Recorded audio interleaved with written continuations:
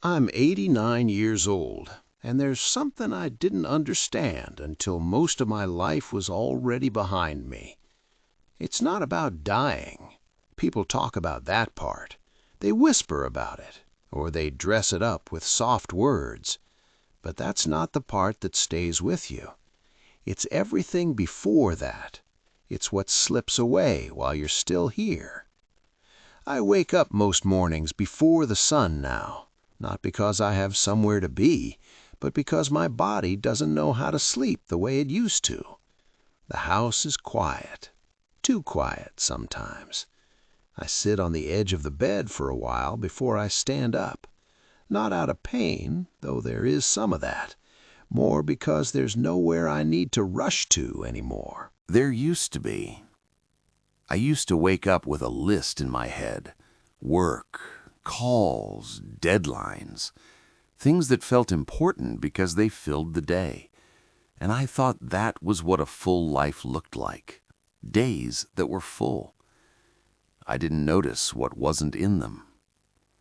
Back then, I thought time was something you managed, like money. You spent it carefully, saved it where you could, invested it in the right places. That's what people said, anyway. No one told me that time doesn't behave like that. It just goes, quietly, and it takes things with it. I remember being in my 30s, maybe 32 or 33. I had a job I was proud of. Nothing glamorous, but steady. It paid the bills. It gave me a reason to feel like I was doing something right. I had a wife, a good one, patient, more than I deserved. And we had a son, small then, always asking questions, always wanting to show me something. "Look at this," he'd say, holding up a drawing or a toy or something he built with his hands. And most of the time I'd look, but not really. I'd glance, I'd nod. I'd say, "That's nice, buddy," while my mind was somewhere else. On work, on what I needed to do the next day, on how to get ahead, how to make sure we were secure. I told myself I was doing it for them. That was the truth I lived with. There was always something that felt just a little more urgent than sitting down on the floor and paying full attention. A call I needed to return, a report I needed to finish. Even when I was home, I wasn't entirely there. I thought being there physically was enough. I didn't understand the difference. My wife would sometimes say, gently, "You're always somewhere else." And I'd laugh it off, or I'd get defensive. "I'm working. That's what I'm supposed to do." She didn't argue much. She wasn't that kind of person. But I remember the way she'd go quiet after that. Not angry, just quieter. At the time, I didn't think much of it. That's the thing. Most of the important moments in life don't announce themselves as important. They look ordinary. They feel small. You think there will be more of them later, so you let them pass. I missed a school play once. It wasn't intentional. There was a meeting that ran late, something about a client or a contract. I don't even remember what it was about anymore. Whatever it was, it felt urgent at the time. By the time I got there, it was over. My son was sitting on a chair backstage, still in costume. He looked up when he saw me. He smiled, but it was a small smile. "It's okay," he said before I could say anything. "You were busy." I told myself he understood. I told myself there would be another play. There usually was. But I didn't go to all of those either. Not because I didn't care. I did. I just kept thinking there would be more chances, that I could show up next time, that one missed moment didn't matter. That's how it happens. Not all at once, just a little at a time. Years passed like that. Work got better, more responsibility, more pressure, more reasons to believe I needed to keep going the way I was going. We moved houses, bigger one, better neighborhood. I remember feeling proud of that, like I had done something meaningful. And in a way I had. But I also remember the evenings getting quieter. Not at first. At first it felt like progress, like we were moving forward. But slowly things shifted. My son stopped asking me to look at his drawings. I didn't notice exactly when that happened. He grew up, the way children do, faster than you expect. One day they're small, reaching for your hand. The next they're taller, and they don't need to reach anymore. We talked less, not because of a fight or anything dramatic, just less. He had his own life, his own interests, and I was still busy, still working, still telling myself I'd have more time later. My wife and we became polite with each other. That's the best way I can describe it. There was no big argument, no moment where everything fell apart, just a slow drifting. We'd sit in the same room in the evenings. She'd read, I'd watch television or go through papers. Sometimes we'd talk about practical things, bills, plans, what needed fixing around the house. But the kind of conversations we used to have, those became rare. I noticed it sometimes. A quiet would settle between us, and I'd feel it, but I didn't know what to do with it. So I ignored it, or I'd tell myself it was normal, that this is what long marriages become. Comfortable, predictable.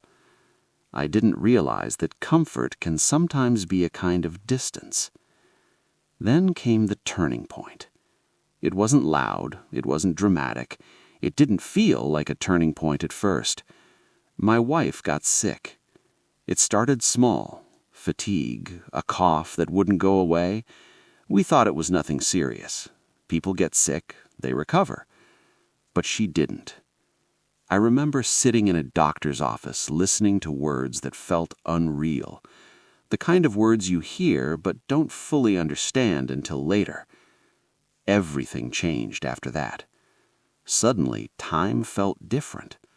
All those years I thought I was managing it, it was like it slipped out of my hands all at once. I tried to be there then, I really did. I sat with her, I listened, I held her hand. I said the things I thought I was supposed to say.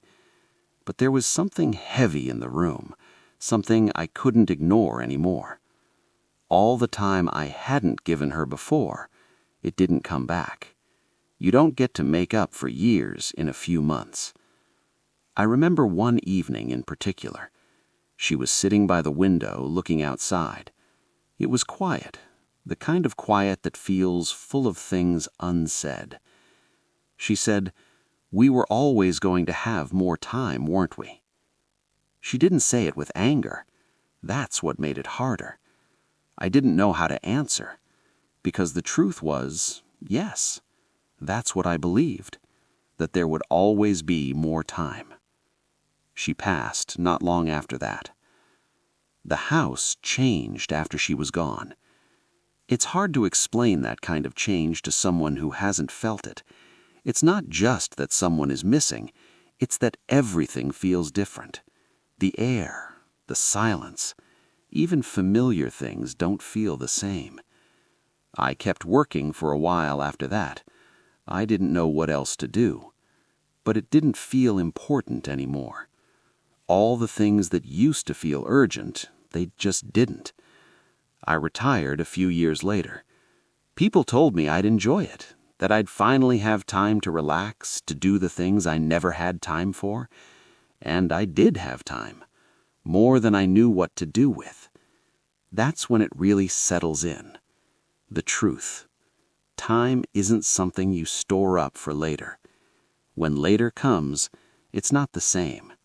The people you wanted to spend it with, they might not be there. The conversations you meant to have, they don't happen on their own. I tried to reconnect with my son. We talk sometimes. He has his own life now, a family, responsibilities. I don't blame him for that. It's the way things go. But there's a distance there. Not a harsh one, not angry, just a space that never got filled. We're polite with each other. just like his mother and I became, and I can't help but wonder if I taught him that, without meaning to, by being present but not really there. Now, at 89, I sit in this quiet house and think about it all. Not constantly. I'm not drowning in regret every moment. There are still small things that bring some peace. A cup of tea, the sound of birds in the morning, memories that are warm, not just painful. But there's a weight that stays with you. The understanding of what can't be fixed. I can't go back and sit on the floor and really look at those drawings. I can't go back and stay for the whole play. I can't go back and have those conversations with my wife when there was still time. That's the part no one tells you about growing old. It's not just about losing people. It's about losing the chances you had with them, and realizing, too late, that those chances were the important part. If you're listening to me now, I'm not going to tell you what to do. I don't think it works that way. People live the way they understand life at the time. I did. I thought I was doing the right thing, providing, building something stable, being responsible. Those aren't bad things, but they're not everything. I wish I had understood that sooner.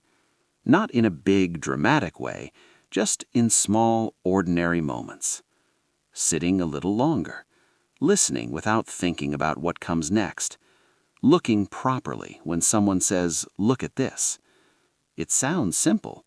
It is simple. That's why it's so easy.